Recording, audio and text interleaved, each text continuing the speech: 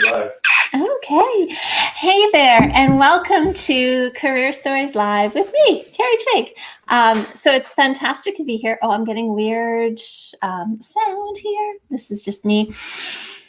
I'm really excited to be here today because we are doing a focus on students. And I was once a student, and I know that right now there's so many people who are giving career advice out there. And it feels like a lot of the career advice is for people who have lost their jobs or people who have been, in their jobs for a while.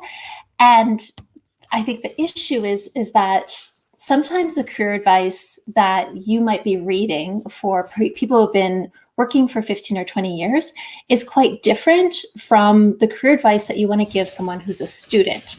A lot of times when you are looking for a job and you're a student, you don't have to pretend to be more educated or more experienced or any of that than you already are. And I think so much career advice is about, bolster yourself up and make yourself kind of look bigger than you need to be. And I think we're going to talk about that today. I also brought in, so I have Jessica Atkin, who's going to join us today. So Jessica works at the University of Winnipeg.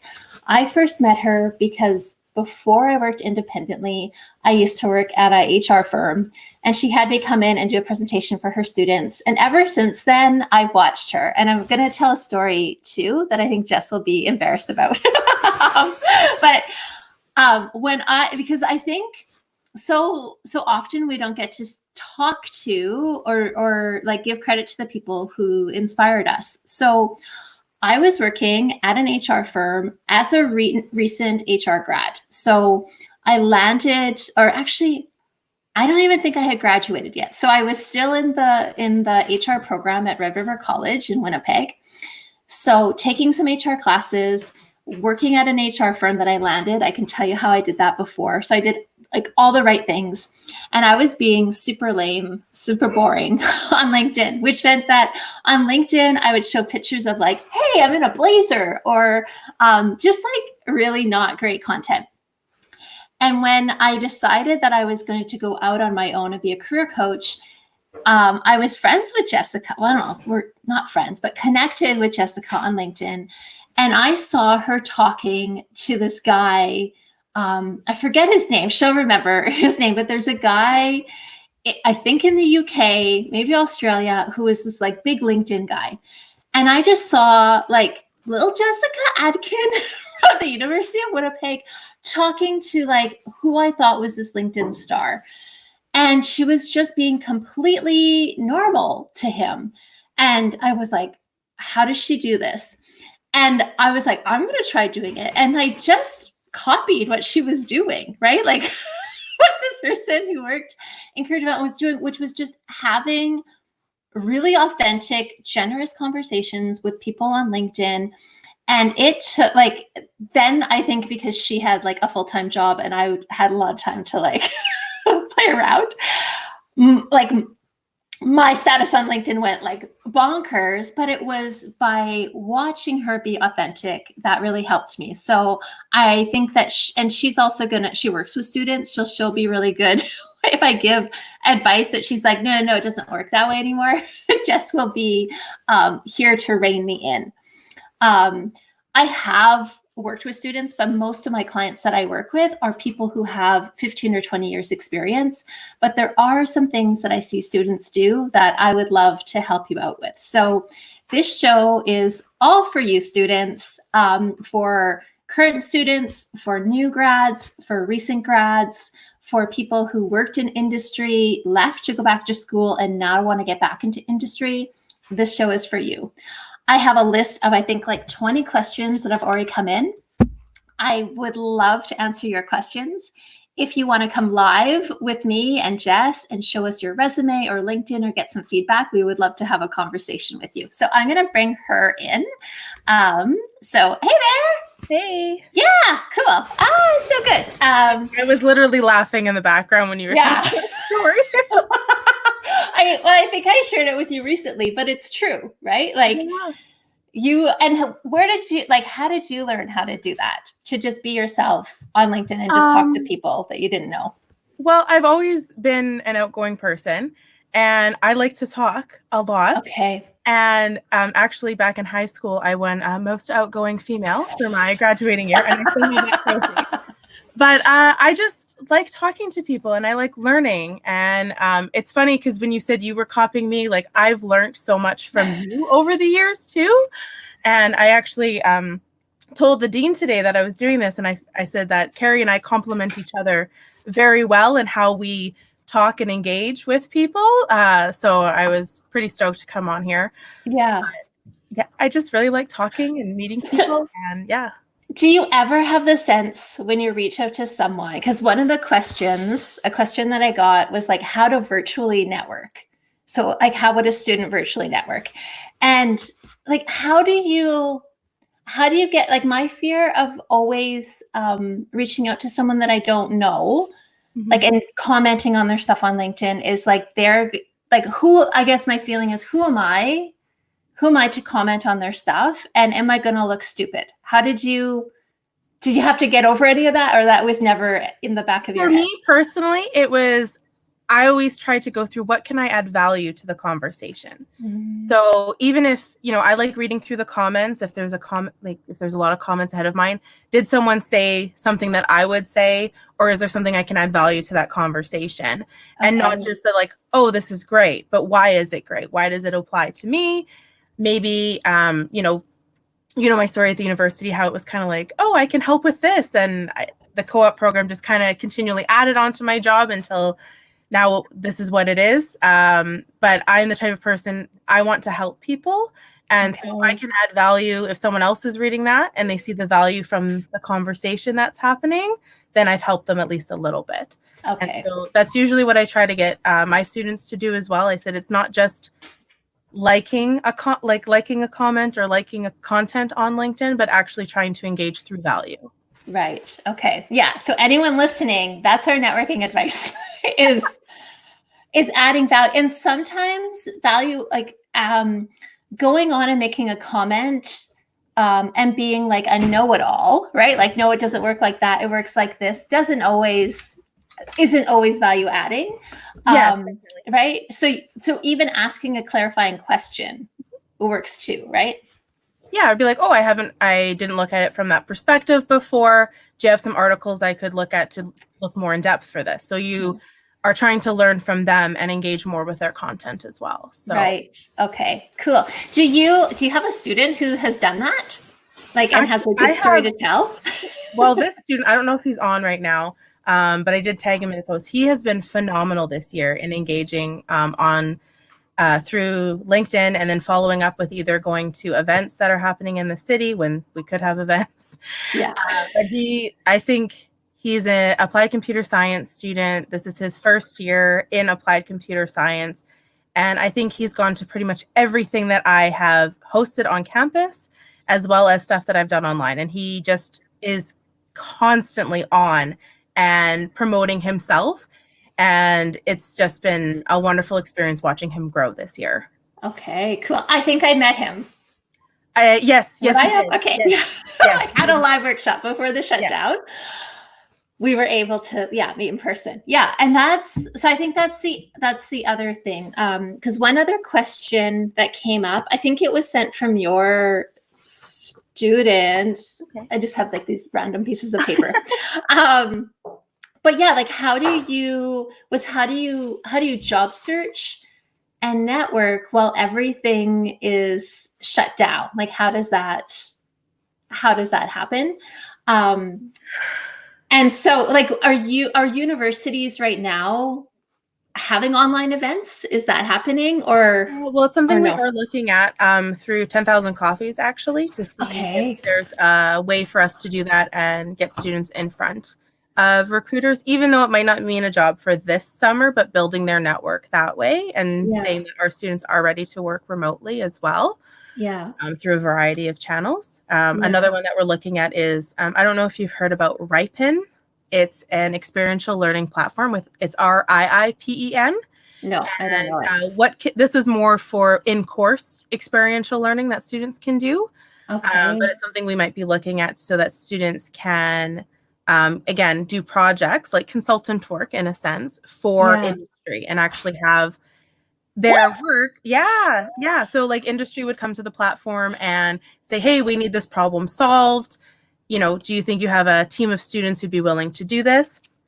And then the university sometimes incorporates that into a class. So there's that option as well. Yeah. So it's a really interesting platform. Hey, student, get on Ripen. Like that's I didn't have that when I was young. No, that's definitely new. And then I've been on LinkedIn a lot lately looking for opportunities for students. And I can't remember which of my connections on there posted it, but URX is building a talent platform or a talent portal where students can upload their skills, and then it's directly to the industry. So it's really interesting. I double checked that it was worldwide because it is a US-based company.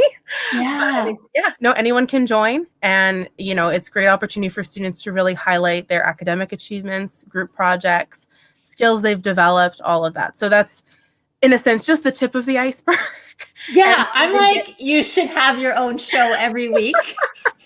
Because I'm just like, oh, I know nothing. Like this is. So like I've been doing a lot of digging deeper into this over the past couple of weeks, because unfortunately, even in Winnipeg, some companies have pulled back their co-op opportunities that they had for the summer. So that's something that, okay, if we can't get enough of our students into these work opportunities, what else can they do and how can they help the community even? How can they help maybe someone in Seattle as an example? Like there's a lot of opportunities. I'm just trying to make sure that I'm, in a sense, the middleman, making sure that these opportunities are at least being made aware of to our students. Yeah. Okay. That is a question that came up. So there was a guy, and I'm going to review his LinkedIn profile in a little while. But I think he's in, I feel like he's in Spain. So, but I don't know if that's true. But he had an internship set up, right? Ready to go through university. Mm-hmm. I think he's in like a law program, but interested in studying human resources. And he's like, so my internship got canceled. And he's like, so what advice do you have? So I know what my advice is. What would you advise? Like if somebody, had an internship, it got canceled, what advice are you giving? Well, I would say to the student, if there is a potential to reach out with, like, I don't know how far along in the process he was, if he had already received his supervisor's information or not, but I would say reach out to that supervisor and see if there is some way you can help them remotely, even if it's not paid work, or if there's some way that you can keep in touch with them throughout the period, even if it is the recruiter or the hiring manager, offering help, even if it is unpaid, just to keep that relationship going. Or if that company happens to be a much larger organization, or maybe a sub-company of another, how everyone has their level. Girl. Do a little bit more of your, dig deeper into that and see what if their parent company has an opportunity for you and be like, hey, I had this opportunity with this organization, which I know is under you. Is there anything I can do for your organization to go forward from that? Okay. So so if it gets canceled, just keep prodding, to see and do research if that organization was who you wanted to work for. Yeah. If it wasn't, and you're just like, oh, well, it got canceled, but I still want to work in my field, see if there's any not-for-profits that need assistance during this time. Right. A lot of them are struggling, and depending on what the situation is with that person's government, there could be potential for these people needing a lot of assistance, either legal or HR related. So yeah. Okay. That was my idea. I was like, if an internship gets canceled, that's awesome. Then you make your own internship, right? Yeah. Because I think the biggest thing, and I know you know this, and I don't know that all career coaches or all people in universities know this, but all the studies that they've done on successful careers and successful career transitions is that when people actually do the work before they decide what they're going to major in or what their career is going to be, when they actually get experience doing it, they have a way better chance of knowing and feeling secure in what they're doing. So if you're at the place where you've studied and you need the experience, I say make your own internship. So this show right now is my own internship, right? And I'm not a student, but here's the truth. The truth is that I had producers in LA talking about giving me my own TV show. Okay, like a yeah, right? Like my own reality TV show where I would do career coaching. And obviously that's not happening, right? Like there's this big thing on, so it's not happening. And it wasn't for sure anyhow, but we were having these discussions. And I was like, I wonder if I would enjoy having my own show.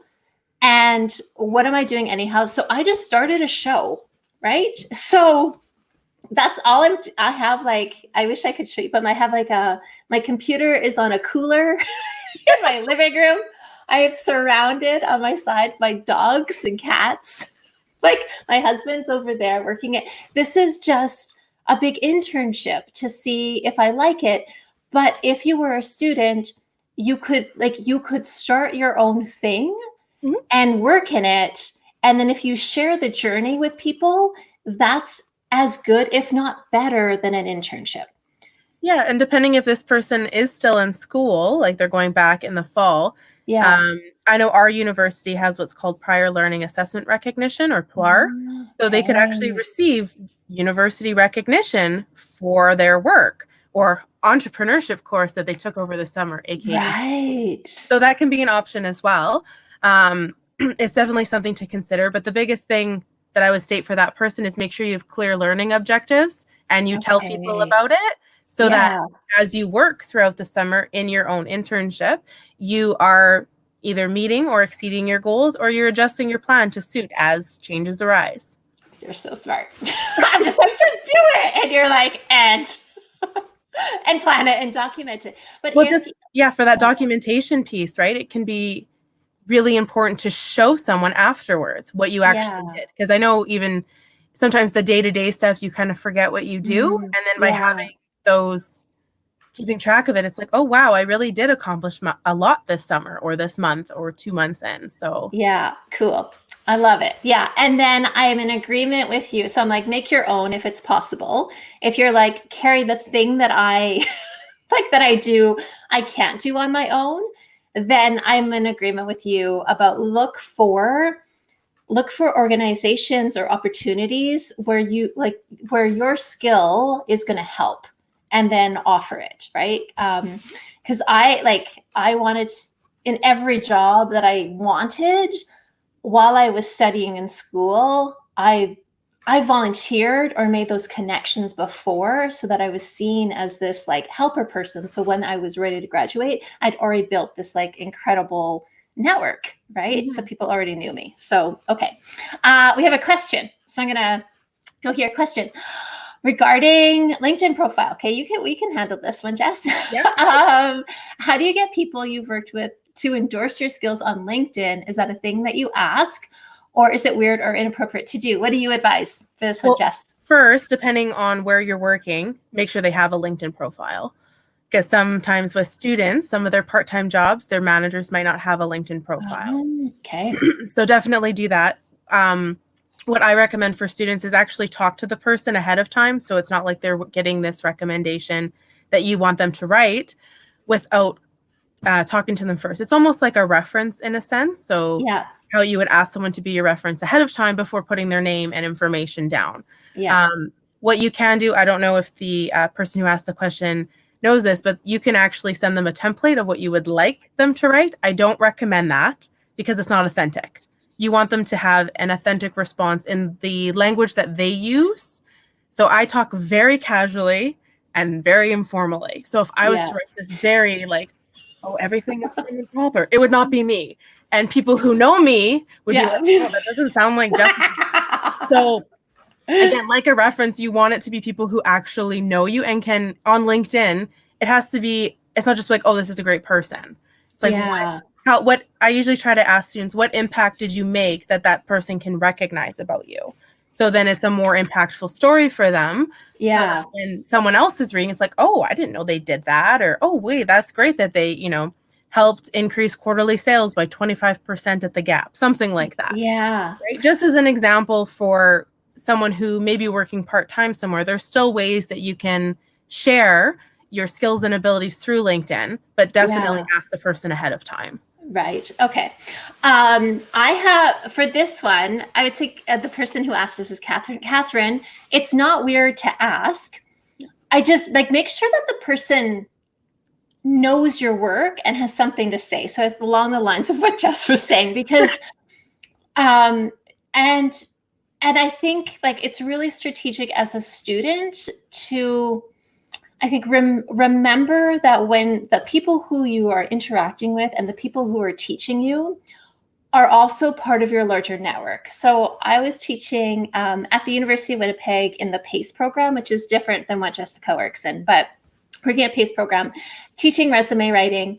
And I had students who like took my class and would often show up late, wouldn't do the work like within time, like didn't do a great job on their resumes, like pretty much like didn't interact or respect me like in the classroom. And then months later, like 4 months later, when it come time to graduate, they're like, "Hey, Carrie, I know you know so-and-so, can you make an introduction?" And I have to say to that person, "Look, in class, like you were always late and we never really had an actual conversation. I'm not putting my reputation on the line for you."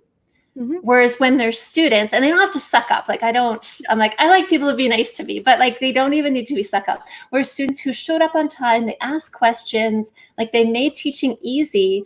When they graduate and they're like, "Can you make an introduction?" I'll be like, "Yes." And I'll be like, "Tell me when you post on LinkedIn because I'll like your stuff and I'll share your stuff."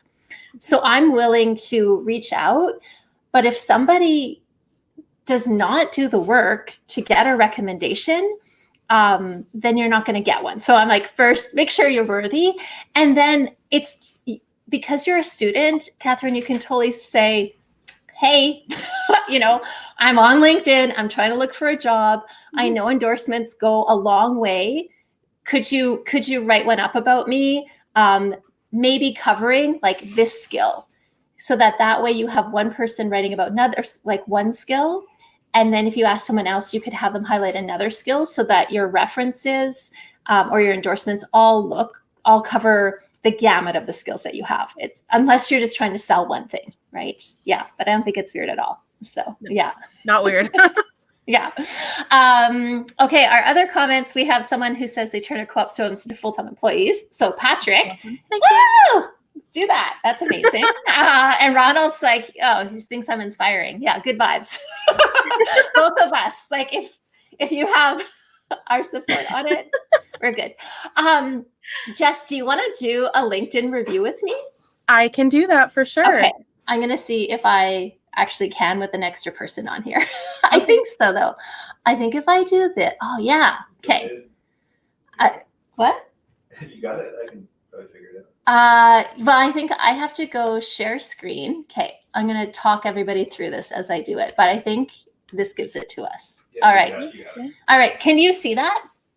Yes. Yes. Okay. Is it small or big for like, how does it look for you? I don't need my glasses, so I can still read it. Okay, cool. So this is a good one because I did, and I think his name is Borja. I think that's how you said it. So I reviewed his resume last week. And he actually has a superb LinkedIn profile, but he absolutely makes himself look like a student. And so I want to just go through this one with you. I can make it full screen without our heads. Yeah, that's a bit better. Thank you. Okay, cool. Yeah. So first we have that he has his I think the thing we need to know is that he wants to land a job in human resources. Mm-hmm. So he's thinking human resources. So what does his headline make you think?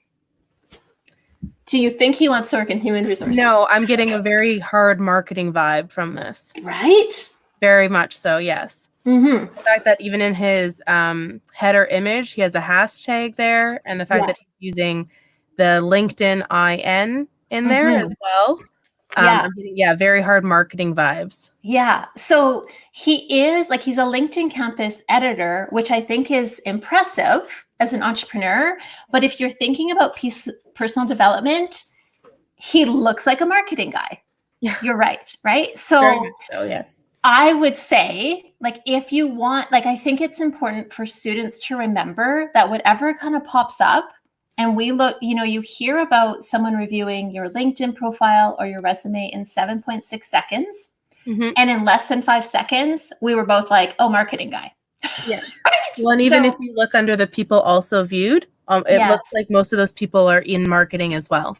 Yes. Right. So if he wants to work in human resources or coaching, this makes him look like a marketing person, right? And so to change it, it would be toning down that, like, it would be, toning down that beginning, that, like, personal brands that make an impact. Yeah. And then, making it more of a coachy or a more human resources feel. Okay, cool. Well, I'm thinking if he could bring over his marketing expertise in the sense of that he's connecting people.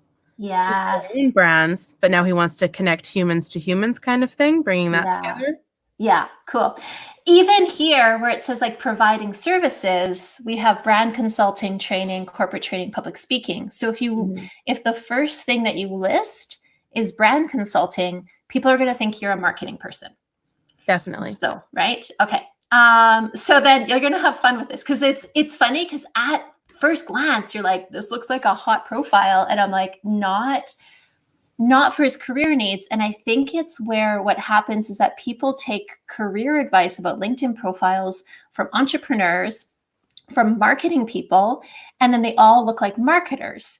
And if you're trying to get a job at a corporation as like an HR professional, this is going to be a turnoff. So the content isn't bad, right? Like, do you want to communicate your professional bad? Like, but it's yeah, there's a lot in that about section. Like that's a lot for an about section in my mind. Yeah. I feel like just quickly glancing over it, I'm not really getting a sense of who he is individually. Yes. So we get what he does, right? Yeah. We don't immediately, like, I think the cool thing about him is that you don't immediately think he's a student. No, right? No, not at all. But that could be what hurts him. So if he's looking for an HR internship and this is what you get, you're not really thinking this person needs work, and you're not really seeing the HR side, right? No. So how do you have people start their LinkedIn profiles as students then? Usually I ask them, what's one thing, like for their title usually, what's one thing you want to be known for going forward? Not what you are known for today, but what's one thing you want to be known for going forward? And sometimes students have to, think about that for a bit, what skills they have. And then in their about section, I usually call it ESP. So you use something a little bit about your education, a little bit about your skills, and most importantly, something personal about yourself. Love it. Okay. I love it. Yeah. So this is a fantastic one, again, as a marketer, but I don't know how he works. And that some of the accomplishments, like the stuff of, like, first LinkedIn University ambassador in Spain, right? Like, that's amazing. Like, has this scholarship, won another scholarship, participated in all these accelerators. So it feels for me, and I reviewed his resume last week. So, like, what it feels like to me is that letting those accomplishments feel like they are more important than his personality. And it's a little bit strong, right? So he does have that little bit more about me. Like, I consider myself positive, resourceful, and extremely restless, right? So he has all of those, but you still don't really get a piece of, you don't really know who he is, right? Yeah. I definitely can agree with that. And the fact that I can't quite read it, but the current challenges, creating his own website and learning Chinese. Yeah. Quickly. So the creating his own website, again, that's reinforcing the marketing perspective on my mind. Yeah. The learning Chinese is very interesting. And I think that would help him to stand out a bit more. Yeah. for me, I know you've looked at mine in the past. I kept my about very short, and I kept my personality piece. It's about the tea that I drink to make it a bit more, because I drink a lot of tea. Okay. So, Yeah. so that, it's, he seems to have a really good profile, but it's definitely not someone I would take who is ready to do a career transition, or someone who is a student either. I wouldn't get that from his profile at all. Yeah. Right. And so I think there, and this is good. Like, this could be advice for someone who was working as something and then they transitioned to something else, right? So when I first started on LinkedIn, I was like like an art program manager, right? And then I transitioned to HR. So at some point, you make the decision on what you're going to lead with, and I feel like whatever your career goals are, if you're using LinkedIn to reach your career goals, it's really important that whatever you're saying there matches what you want. Yeah. Yeah. Yeah. Cool. Okay. I know you have to put your kid to bed, so we're going to ask you one more question. They're quiet right now. So. They're quiet. Yeah. Awesome. Cool. So the next, I can take that thing off the screen. Cool. Did I remove it, Dave? Yep. Sorry. Yes. Okay, it's just us. Okay. So yeah, we have a question. It says, as a student who'll be graduating school next month, congratulations. That's a big achievement. That's huge. How can I do my job search effectively and potentially land a job under this uncertain time period? And also, thank you for this live session. So you're welcome. Jess, what would you say to someone who... Well, first, I would need a bit more information in the sense of, have you already started reaching out to people, or have you no network in your field yet besides your professors and instructors? Beautiful. So we'll wait for that answer. If we're starting at ground zero, like you haven't built your network yet, you haven't had the chance to do a work integrated learning opportunity like co-op or internship or practicum, I would actually start with your professors. So in the sense that I'm sure you're just finishing up your exams, talk to them before the term ends and say, hey, do you know anyone in industry that I would be willing, that could help, or that, not that would be willing to help, but that I could help, and start doing it that way. So it might be something, hey, I need someone to tweak my website. I need someone to develop, I just want a student's perspective on this marketing plan or this brand. I don't know what field he's studying in, so it's a little bit harder to narrow it down, but you could start there. And even, if you have done a good job throughout the university, not just your grades, but like Carrie said earlier, making sure you are attending and you're doing that work, your professors and instructors will recognize that. They'll be able to spot you out in the crowd of students, depending on how many students are in your class. But that foot in the door, in a sense, from your professors will help you engage a farther network and a farther and farther network to get where you're going. I don't know where you are located geographically, but there's a lot of opportunities out there, but it does take work and time and a lot of research. You have to go with the mindset, yes, you want a job, and we get that, we understand that, but you also want to go with the mindset of how you can help them rather than how they can help you. And that's what I always tell my students when they are sending out cover letters and resumes. You always want to come from a place of how you can help that organization or that particular manager with whatever problem they're solving. So even maybe one of your professors or instructors has a research project they're working on, that by you reaching out, be like, oh yeah, actually I'm working on Dutch elm disease in trees, and I need someone to analyze the data. So that could potentially get a position from that way as well. Right. So I actually have I was just going to tell a quick story. I actually have a student who is in the health informatics stream of applied computer science, and I'm totally going to butcher this word, but it's the study of the diseases, MDology. I can't say it, but I was going to say something totally she works for the province here in Manitoba, and because of her asking her professors about other areas of where she can apply her analytical ability, she's amazing at analyzing data. She actually scored a research role in an astrophysicist lab for this coming summer, and the professor that she scored the position with isn't even in Manitoba. They are in Montreal, and she'll be doing the work remotely this summer. So it all took her just asking her professor, hey, I really want to go farther in this area. And he said, oh, there's this great opportunity. I'll connect you with a supervising professor. You do still have to apply, but it could be a really great opportunity. And she landed it. So, That's I really amazing. think, it's a really great step to talk to your professors if you don't have that base network already. Yeah, I have one. I have a question. Oh, I'm getting a weird echo, Dave. Okay, maybe it's gone. I'm just gonna take my headphones off for a second. My question is, have you ever met a student who was like not a good student and was close to graduating, and now they're like, oh, I haven't been great. What do I do now? Like if there's somebody who just, even though they were told to go to networking, they were told to be a good student and respect others, for some reason it was just like not a priority, and now they need to land. Have you ever worked with a student who now needs to like fix their reputation quick? Should I do that for myself? Because that's what I did when I was in university. Oh, okay. This is the story I want to hear. Yes. I was the student.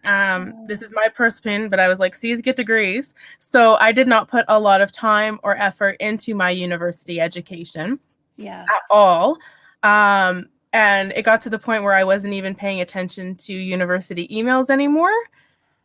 And I actually missed my registration deadline for my second year in the university. Like I was only in university for a year, and I was like, oh, I got this. It's fine. It's not a big deal. And I ended up with all of evening courses. I had no daytime courses. And at the time I was working part-time, and I was like, well, I don't want to do this for the rest of my university career. Yeah. So I was like, okay, well, I have to step up my game. I have to, start doing things and doing better in my courses so that I can actually get a better job than at the time I was in retail. Yeah. So I was like, I gotta step down and do this, right? Or step up and do it. And so I started making sure that when I was going to my evening classes, I made sure that my presentations just like blew people out of the water. Like I said, I like to talk.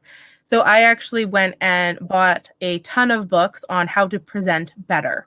And my favorite one is the Presentation Zen. It's an older book now, but it really talks about making sure that when you are combining audio with PowerPoints, your visual, that you're not just repeating what's on the board. Yes. You have to add value to it and go forward from there, and making sure that you are engaging people in different ways.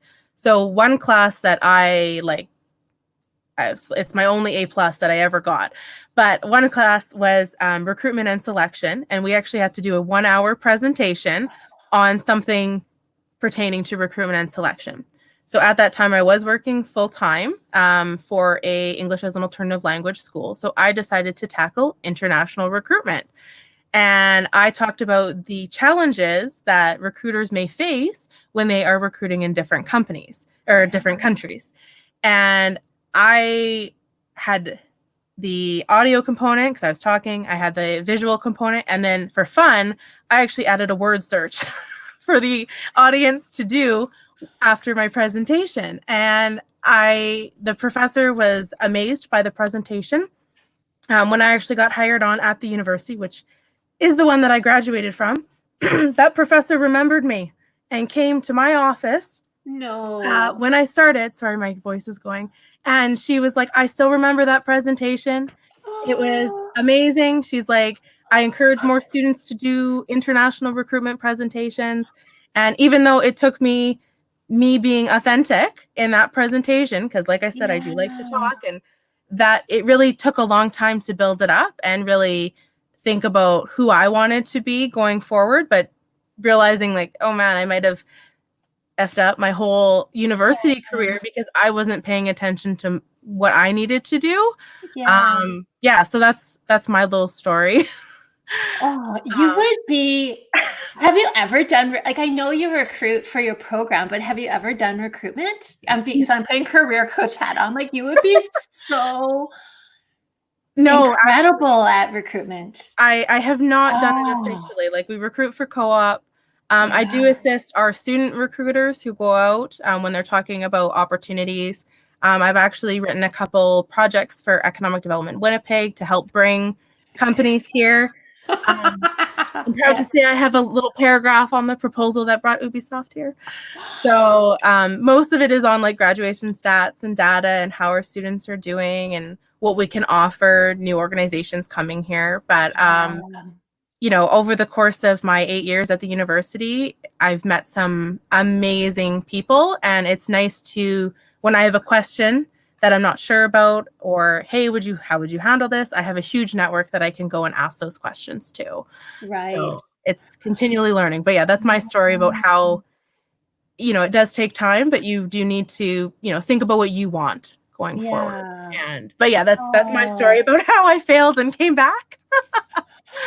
Yeah, I love that story. I think the other advice, I know there's one question, I'll answer that in 1 second. I think the other advice I have in terms of like students, and it might be like, so right now, if as you're completing like coursework, if you can still connect with other people and if you're able, so if this situation has you like stressed out and acting in ways that you didn't know, right? Like that you would react and you're feeling like you're not in a place where you can be generous, then I say like take care of yourself, like focus, get your work done.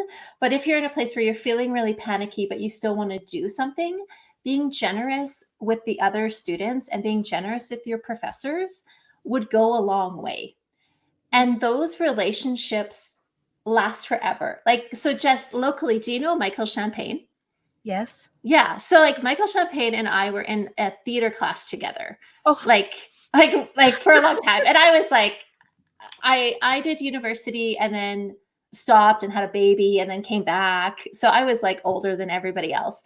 But like he ended up being like a real big deal in our city. And at that time, he was like super playful, super like he was himself, but you would never know that he was going to become this like amazing community leader who speaks all over the world and like helps bring amazing like awareness to like Indigenous youth.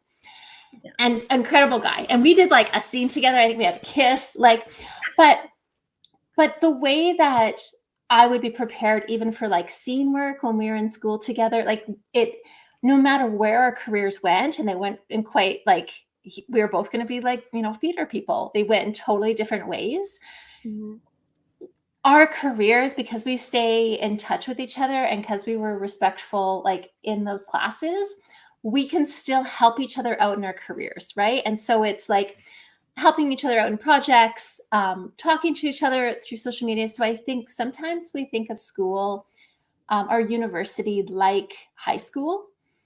And you can still connect with people in high school, but it's really different. And the cool thing about university is it creates this little like, I don't know. I mean, like a little tent. It's a bad analogy. I didn't think it's true, but like a little tent where everyone who's trying to like improve their life and figure out something, like you don't go to university to get a job, right? Like you go into a training program for that. So you go to university often to train for something, but also learn about yourself and learn about the world. And you're in like this tent with other people who want to do that. And those are incredible people, because when you leave that tent, you realize that the world is full of people who don't care about improving themselves.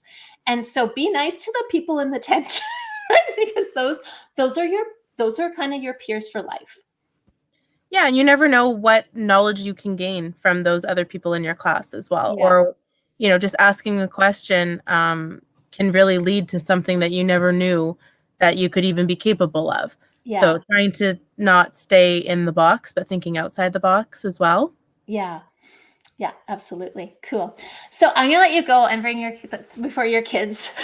Because they did it. So thank you for your kids. Well, they are so quiet. So I don't know what my fiance's doing up there. But you better go check it out.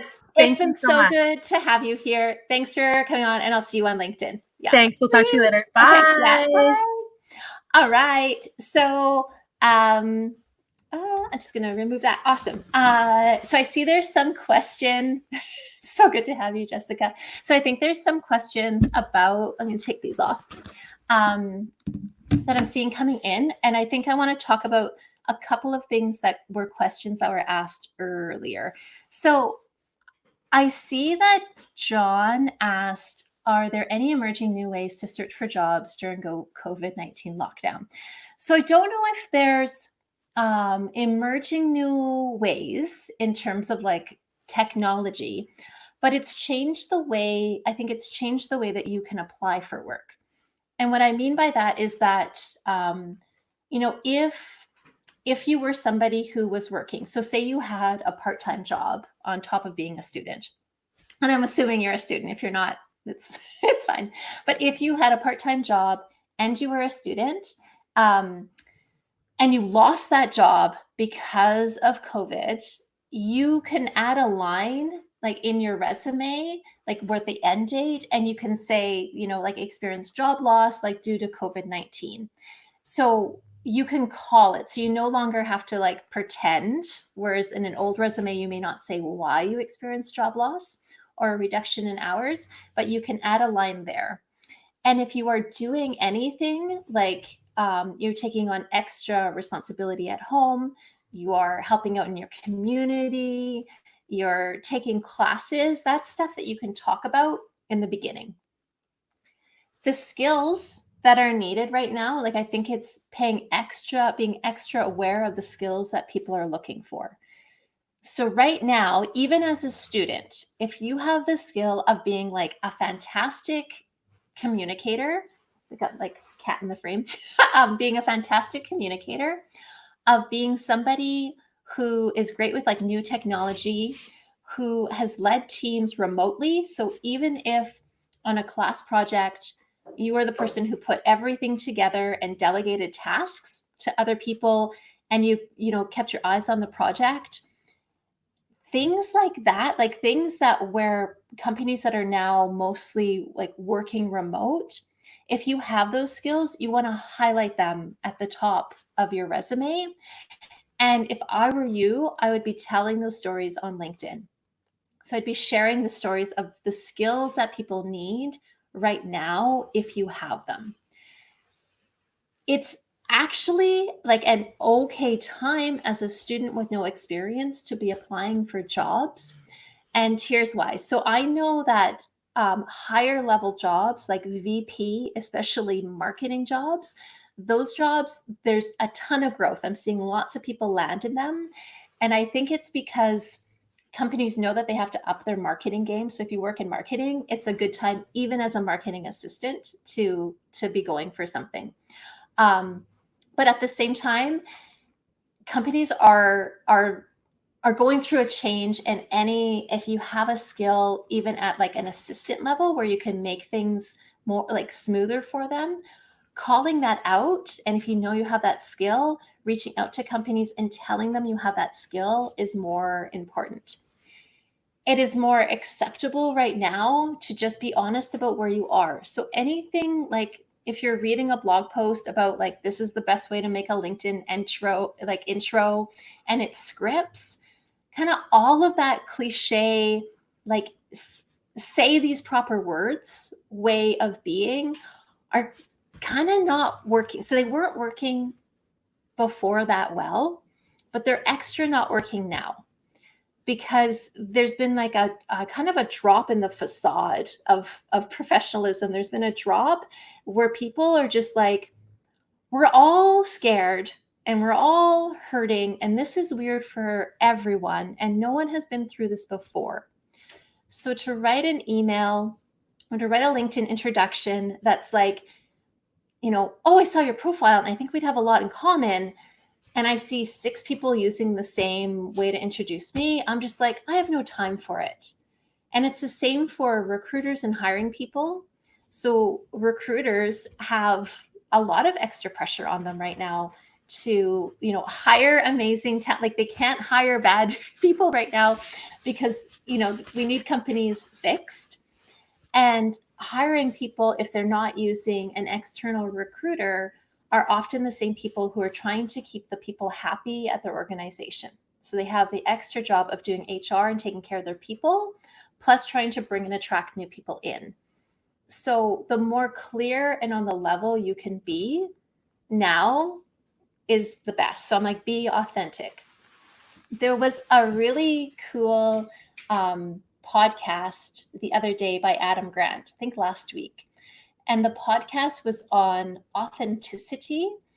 And he referred to a couple of these studies. And a couple of the studies were about how you could be like, being authentic is cool if you have credibility. So you can absolutely do that, like more casual way of speaking to people, as long as somewhere else they can see that you're credible, right? So if you're reaching out to people, you just want to make sure that your resume or your LinkedIn profile has some good stuff in it, so that when they see you coming through as a real person, you have some experience to back it up. But in terms of other things, like to search for jobs, I think like being on LinkedIn, following people, having real conversations, showing help, starting projects, those are all great. I don't know if you guys can hear my dogs snoring. My dogs are being so loud right now. So that's why I would say during the lockdown, highlight skills that would work. I think the other thing, if you're a student, and I've said I would talk about this a little bit, is that if you're a student and you are like, what's the difference between working with a recruiter or working with a hiring manager? I think it's an important time to know the difference. And I don't know if this always gets taught. So some companies have internal recruiters. So they have people who, my dog is, which one's, Dave, can you get one of the dogs to stop snoring? What? They're just making me feel distracted. Okay. I'm gonna do that. I don't, just wiggle them. Okay. This is me at the end of the night. I can't, one of them is just snoring so loud. Okay, thank you. Okay, difference between recruiter, keeping it real, between recruiters and hiring managers. So some companies have internal recruiters. So you'll see, they'll say like that they're a recruiter for like Pinterest, or they're a recruiter for LinkedIn.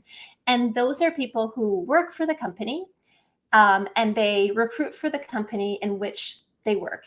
And students can absolutely apply to those recruiters. That's a great way to get in. Some other companies you just apply to like HR, or you or they'll say like they have a talent acquisition person, and you can apply to that person. Now, sometimes you'll see people who are recruiters for recruiting firms.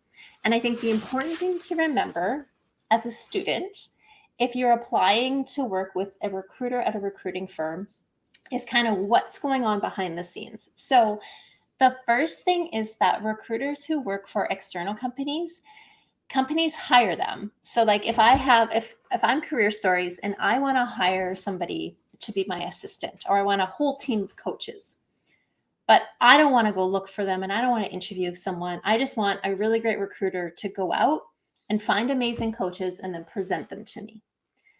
So I can hire an external recruiter to do that, and I'm going to pay them when they find me an awesome person. And it depends on how much it is. I worked at a recruiting firm before, but there's a range. So sometimes the company will pay that recruiter 10 to 30% of what the position they're applying for or they're filling makes. And it doesn't come out of your salary, but that's how much of a bonus they get. So that can be a lot of money depending on what kind of job it is, right? So if you apply to a recruiter, you need to know that the company, when they hire a recruiter, is asking that recruiter to find the best of the best, and they're willing to pay a premium. And sometimes the best of the best isn't a new grad. Now, if you have done something exceptional, or you worked in industry before and then you returned to school, and now you have that experience plus the education, then you might be like worth paying that extra money for. But if you're getting really ignored by some of those recruiters, it could be that some companies don't see a new student as somebody that you want to pay a lot of money extra to in order to get them. And so you're better off, I can't say don't work with them, but that could be a reason why some students find it frustrating to work with an external recruiter. An internal recruiter, they don't get extra money for finding people for their company. That's their job. And so there's no extra cost. Sometimes if you see two job ads advertised, so you see the company advertising it and you see a recruiting firm advertising it, go through the company instead of the recruiter, because it's going to be less expensive for the company if you go that way.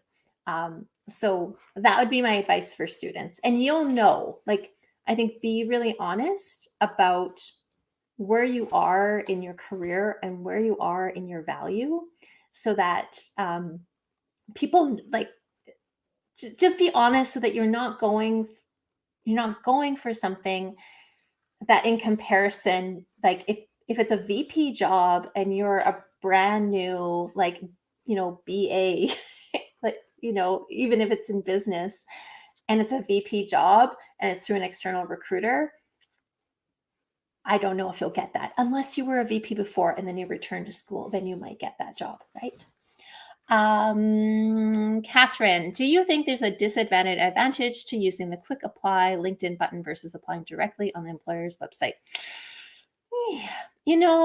So honestly, when I work with clients, most of my clients don't land jobs by applying for them through job postings. So the least effective way to find a job is to look at a job posting and apply for it, right? So if you have,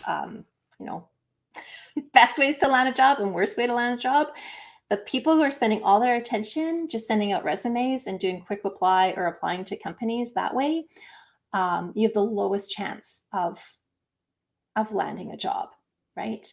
The best way to be landing a job is through networking and having conversations beforehand. So ideally, if there is a job that's listed on LinkedIn and it's on the company's website, I heard somewhere, because companies pay to use LinkedIn and they may not pay to use it on their website, that they would favor the LinkedIn people because they would rationalize the extra cost. And so that would be seen as a higher level candidate. But you are better off if you see a job, of seeing who that recruiting person is, talking to other people that work there, of trying to find a different way in other than just the straight apply. Because you get lost. The resume can be important. Everyone, I think most people should have a resume, but it's not always, you don't always write the resume in order to apply for things, if that makes sense. But then again, usually I don't work with a lot of students, right? And so the way that I teach job search is really by figuring out what you're really great at, sharing those stories and examples of that, and then building your network and reaching out to people to see what's happening and having strategic conversations is how most people that I work with land. Okay, I've got a couple more minutes and a couple of questions that I said that I would get to. So one was, someone asked, what was the best conversation starter for an undergrad or recent grad, which I think is a great question. So for a conversation starter, especially so first find out where your people are. So where are your hiring people hanging out? Sometimes it's not LinkedIn. So if you see an HR person or you see somebody with the job title you want and they're on LinkedIn, go and check under activity to make sure that they're active. Because if they're not active, you trying to introduce you to someone that never uses a platform, it's going to fall flat. And that has nothing to do with you or your technique. It's that they don't hang out there, right? That's like me hanging out at the park, with I'm going to use a bad analogy, but me hanging out at the park and nobody goes to that park, right? Then no one's going to hang out with me. So I have to be where the people are. And that might not be LinkedIn, that might be Twitter. best conversation starters I know is, what we were talking about earlier when Jessica was here, which is like looking at what they're talking about, looking at what, the people that you want to work with or whose attention you're trying to get. What are they liking? What are they talking about? What are they sharing? And then comment on that. And it's a softer approach, right? So it's, but even if you are going to graduate and you're going to be kind of done everything in May, even if you started today to just follow those strategic people, look at what they like the same things, comment on it, adding value, and you do that for a week or two, then you'll get a sense of what that person likes, and probably a conversation can come up. And it might be, hey, I've always wanted to work at your company. So I've been following you for a couple of weeks. I love that you're always liking all these posts that have to do with international development. That's what my major was in. I'd love to connect with you, right? Like something where it shows that you know them and you understand them a little bit would be a fantastic.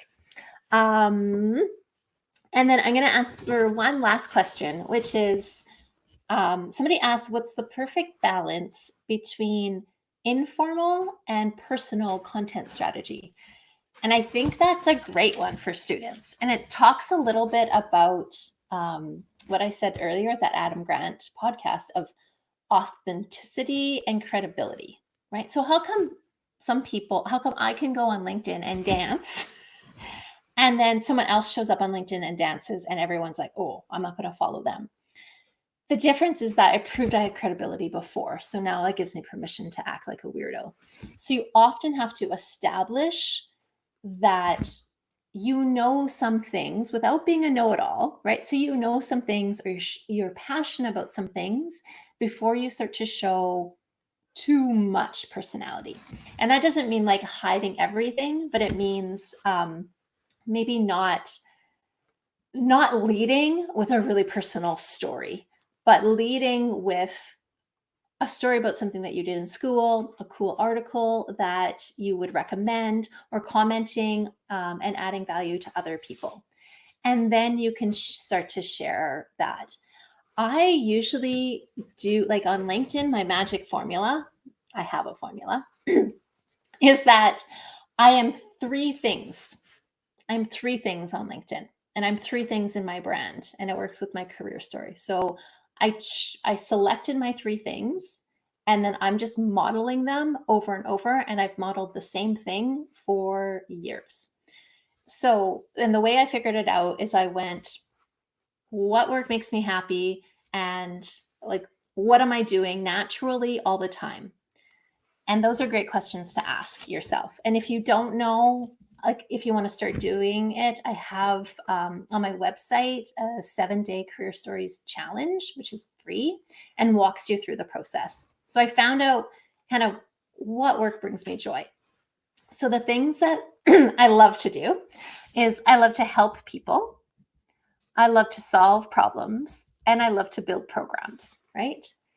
Now I can model those things on LinkedIn, but then I also had to go, and what makes me different from every other career coach out there, right? There's like a billion LinkedIn, like career coaches on LinkedIn. How do I make myself look different? And I was like, okay, I'm an expert in this area. So a bunch of my posts are going to be about expertise. I make really great resources, and I love to help. So that helpfulness needs to be there. And then my other one, as I go, everyone always compliments me on my energy and my smile, right? So I think about something that people compliment me on, and they're like, oh, your energy and smile. So when I get on LinkedIn, that's what I do. So about 40% is me just helping people. So 40% of my posts are a story, a resource, like giving advice. Like 40% of what I do is just create things that help people, right? Because that comes naturally to me, and it's generous and makes me feel good, and people like, free stuff. So 40% of that. The other 40% is I'm showing expertise. And sometimes an expertise in a certain subject matter, right? Which is careers for me. So, and sometimes those overlap in a beautiful way, right? So 80% of the time, my content, if you look me up on LinkedIn, is going to be me helping someone and offering like, and showing I'm an expert. And the last 20% is delight. Because I go, what makes me unique? And, you know, how I'm hard to compete with is that I'm Carrie Twig. So I just put a splash of delight every once in a while. And some people might go, oh, it's always delightful, but it's not true. So I put a splash of delight in it so that I'm always modeling my brand. So I think that balance of how to be personal, how to be professional is think about, you know, your two professional attributes that you want to model all the time, right? And maybe, and it may not be helpfulness, right? It doesn't need to be the same as mine. Maybe like it's about being resourceful, and maybe it's about being like a steady person. So maybe 80% of your content is you showing support for other people, and it's about you showing that you're a resource and you know all of these things, right? The way Jess came in and she listed like 5 programs that work for a student. And then 20% is a splash of your personality that is always consistent. And it doesn't need to be delight. But what is it, right? That people always compliment and notice you about, and you want to splash that in. And if 80% you're like, here's my professional with a splash of personal, you have a really nice balance, and you're not going too soft on the personal side. Yeah. So I went a little bit over time. Thank you so much for joining me for the Career Stories Live. I am here every Thursday night. I think next week is going to be just on resumes. I'm just working out who my guest is. Connect with me on LinkedIn. Best of luck in your career. We're in a really hard and weird time, so it's totally fine to be finding it hard and to be finding it weird. And I'm really excited to hear how you're getting through it. Yeah, and thank you for being here. I really appreciate it. Have a great evening. Okay, bye.